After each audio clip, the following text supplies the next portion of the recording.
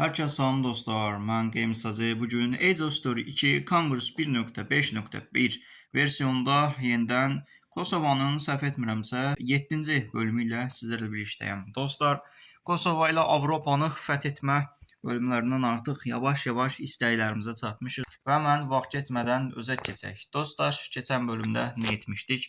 Uzun zamandır, haftasa 1 həftə, 2 həftədir oynamıram. Bəzi əsgərliklə problemlərim var. Oyunlara, YouTube'a çox da vaxt ayıra bilmirəm. Artıq 25 abunə olduq.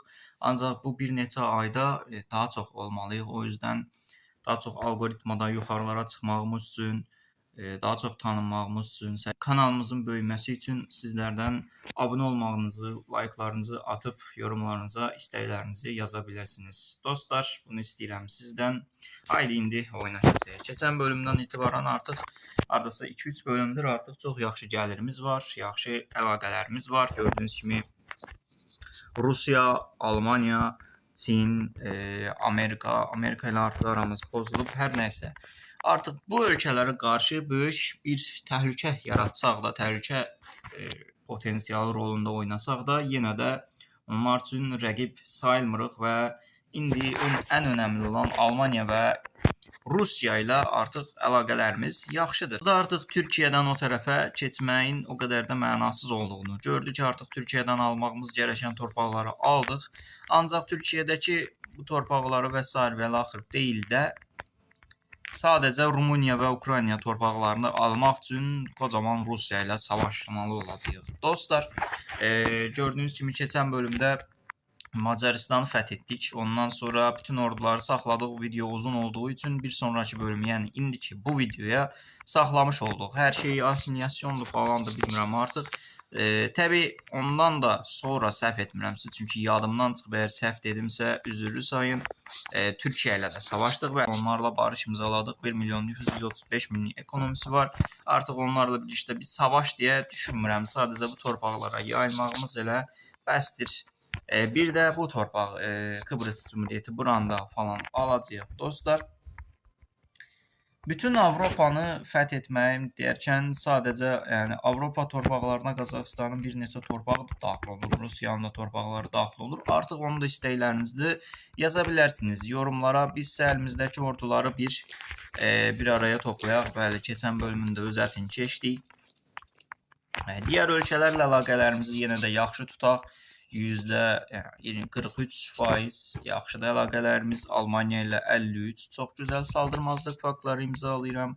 İtaliya ilə də geridə də olsaq yenə də bir fakt imzalaya bilirik, şükürlər olsun. Türkiyədə artıq güclü bir rəqib deyil. Ondan o tərəfə də İranla da bir tampon bölgəsi yaratmışıq. Demək olar ki, tampon bölgəsi adında görsənirəm də Hindistana falan tərəf artıq. Orada da aləm dəyib bir-birinə. Hindistan bu tərəfə köç eləyib. Çin Hindistanın yarısını demək olar ki, önəmli torpaqlarını fəth eləyib. Ona görə Çinlə də bir əlaqələrimizi gelişdirəcəyik. Əlimizdəki orduları, bəli, bunların hamısını paytaxt Kosovan paytaxt Pristina torpağına göndərək. Dostlar, hər şey bu bölümə saxladığımız üçün bayağı bir çoxlu ordumuz qalmışdı, qarışdı. Mənim də yadımdan çıxdı. Rusiya zaten Türkiyəyə savaş ilan etmişdi. Biz isə bundan faydalandıq. Çünki Rusiya əgər Türkiyəni alarsa ki, elə də gücü var idi. Ona görə də biz bir də dəfələrcə Rusiya ilə savaşmalı olacaq. Bəli dostlar, əlimizdə 224.000 plus ordumuz var və asimilyasiyaların hamısını yerinə yetirmək lazımdır. Gördüyünüz kimi əlimizdə bol-bol miqdarda büdcə var və bu büdcəni yaxşı yatırımlara yerləşdirməliyik, yatırımlarımızı bol-bol etməliyik, gücümüzü yüksəltməliyik. Rusiya savaşına qədər böyük şeylər inşa etməliyik. Gördüyünüz kimi İtaliya Polşaya girib və Polşanı alsaq bir Avropa üçün tampon bölgəsi, bir sıxılacaq kimi rahat görsənə bilərik dostlar. Bəli, və gördüyünüz kimi artıq 2095-ci ilə gəldik. Yeni il girdi və indi baxaq görək ən çox bizə nə gəlib, hansı eventlərə yatırım etməmişiksə oradan gəlib. Üretim gəlirini daha çox verəcəm. Nüfus mallar yatırım eləyir. Bu bölümdəki hədəflərimizdən yenə də dediyim kimi Polşaya hücum edib qalan torpaqlarını ələ keçirməklə Rusiya, nə İtaliya İkisi də təbii ki, ələ keçirsə, zaten Rusiya daha çox bizim qarşımızı kəsəcək, girə biləcəyimiz potensial torpaqları da əlimizdən almış olacaq və İtaliya girərsə daha çox güclənəcək. Bizə də güclənmiş İtaliya lazım deyil hazır. Bu dəqiqə, yəni rəqibin bir sonraki həmləsi indiki həmləsindən daha güclüdür. İndiki həmləsi də bir sonraki həmləsindən daha zəifdir. Təbii ki, İtaliyanın 2 milyon plus nüfuzu var, 1 milyon ekonomisi var. Bizimsə 4 milyona yaxın nüfuzumuz var, 1 milyon ekonomimiz var. Hardasa eyni gücdə deyil. Sadəcə onların nüfuzu bizdən 2 qat daha azdır. Ona görə biz biraz daha ekonomi yatırımları etməyi düşünürəm. Dostlar, ən çox torpağımızı və 128 min İzmir, Budapeşt 104 min, Varna 92 min, Belgrad və Zagreb. İlk olaraq bu 5 torpağa yatırım etdiyimizdə gördüyünüz kimi ekonomimiz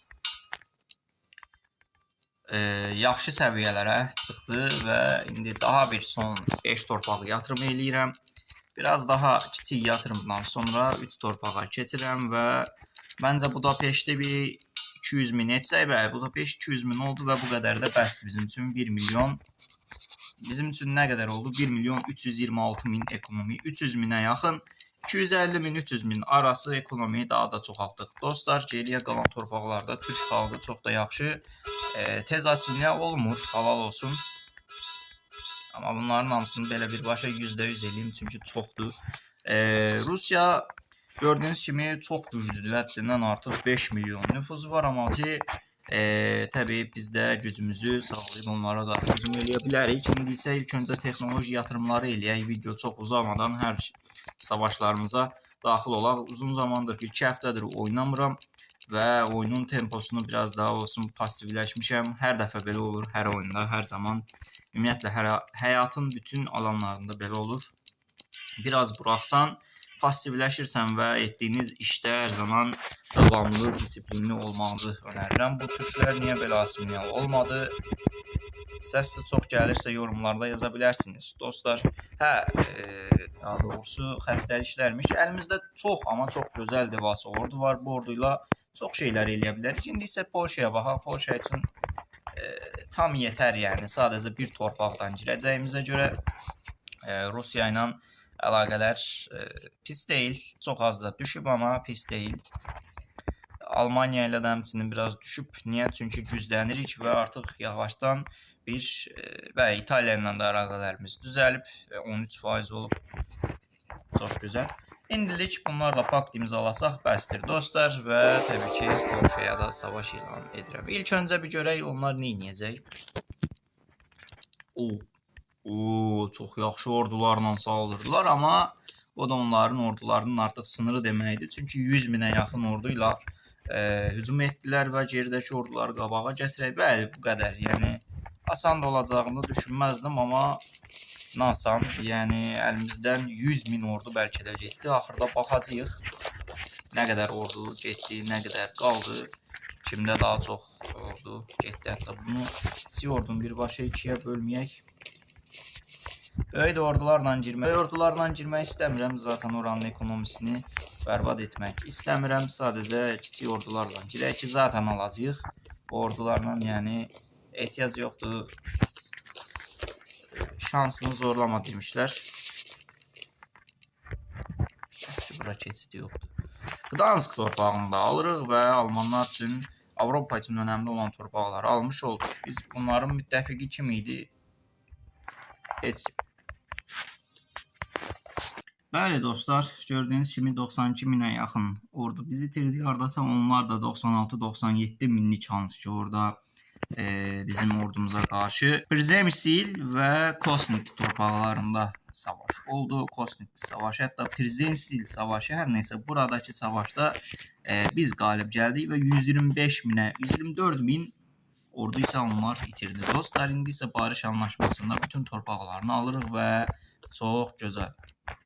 Burada bir torpağımız qalıb, sınırımızı pozur. Rusiya isti dənizlərə inməyə çalışdı, amma biz keçmişdə birlikdə yaşadığımız Türkiyəni alıb, yəni əslində onlara qarşı hörmətsizlik deyildi, daha çox qoruma amaçlı da görsənə bilərdi. Dostlar, təəssüf ki 132 min, yəni ordumuz bölündü demək olar ki, yarısı əldən getdi. Yəni sadəcə bir Polşa savaşında ordunun yarısı əldən getdisə, Rusiya ilə falan filan savaşda vay bizim halımıza, amma diqqətli olmalıyıq, stratejik olmalıyıq. Oyun yanında bir şey oldu. Bu video çox uzun çəkməyəcək. Başqa kiçik torpaqları alaq. Kiçik torpaqları ən yaxşısı hücum eləyək, alaq. Onların yaxşı oldu əslində. Ya da bir bəhanə oldu. 10 minlik ordu ilə savaşdıq, girdik, aldıq. İndi isə Avropa torpaqlarına girək. Mənə elə gəlirdi ki, mən buradakı torpaqlardan almışdım. Amma almamışam. Məcbur ticarət ilə o torpaqlardan girməyə çalışacağıq.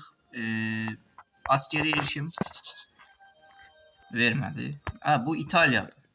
Niyə İtaliya ilə əlaqələrimiz necə pis oldu artıq? İtaliya ilə əlaqələrimiz çox pis oldu. Niyə bir anda əlaqələrimizi düzəltməyə çalışırkən pis bir yola çıxdı. İndi isə hətta mən belə bir şey eləyəcəm. Dostlar, yəni bu qədər də hayvansı performans göstərmək, oha, üst tərəfdən saldırırlar, amma ala bilmədilər. Yəni sadəcə bir torpağı almaq üçün sən məğlub olduq. Xeyr, məğlub olmadıq. Mən ordularımı kiçik bir, sadəcə bir hırsıma yenilmiş ola bilərəm. Buradakı ordu basmayaq ən yaxşısı. Çünki 125 minlik ekonomi var orada. Ən yaxşısı buralardan ordu bassaq, yenə də gelib o torpaqları ala bilərik. Dostlar, gördüyünüz kimi yenə də indi orada da bir müharibə çıxsa, ölsəm də qan yemərəm artıq. Çünki iki ölkəni bir-birinə vurmuş kimi olduq. Görək bu ordularla girib ala biləcəyikmi?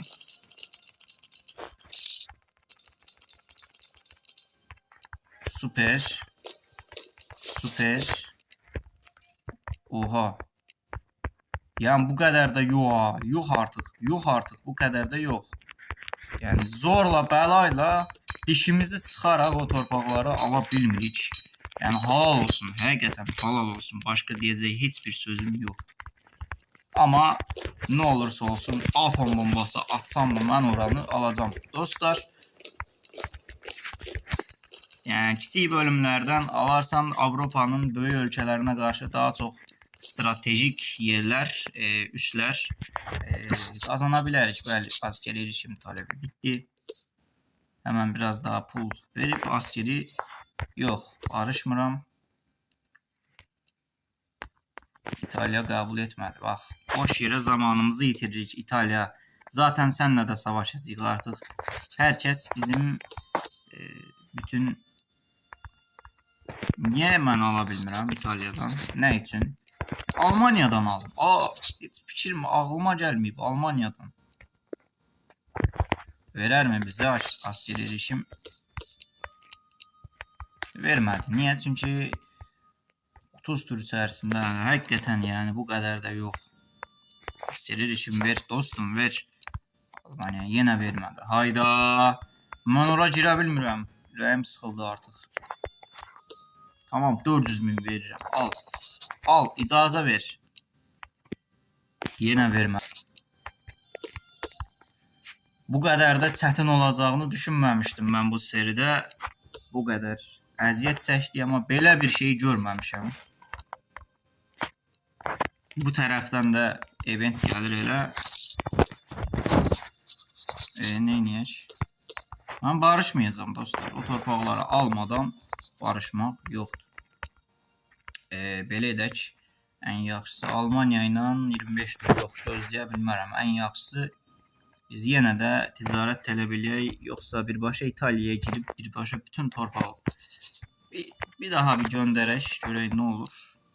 İtaliya artıq qəbul etməsə, şükür, çox şükür, çox şükür. Ordular harda? Ordular harda? İkisi orduları da göndərək ən azından. Ordularımız hara getdi bilmirəm.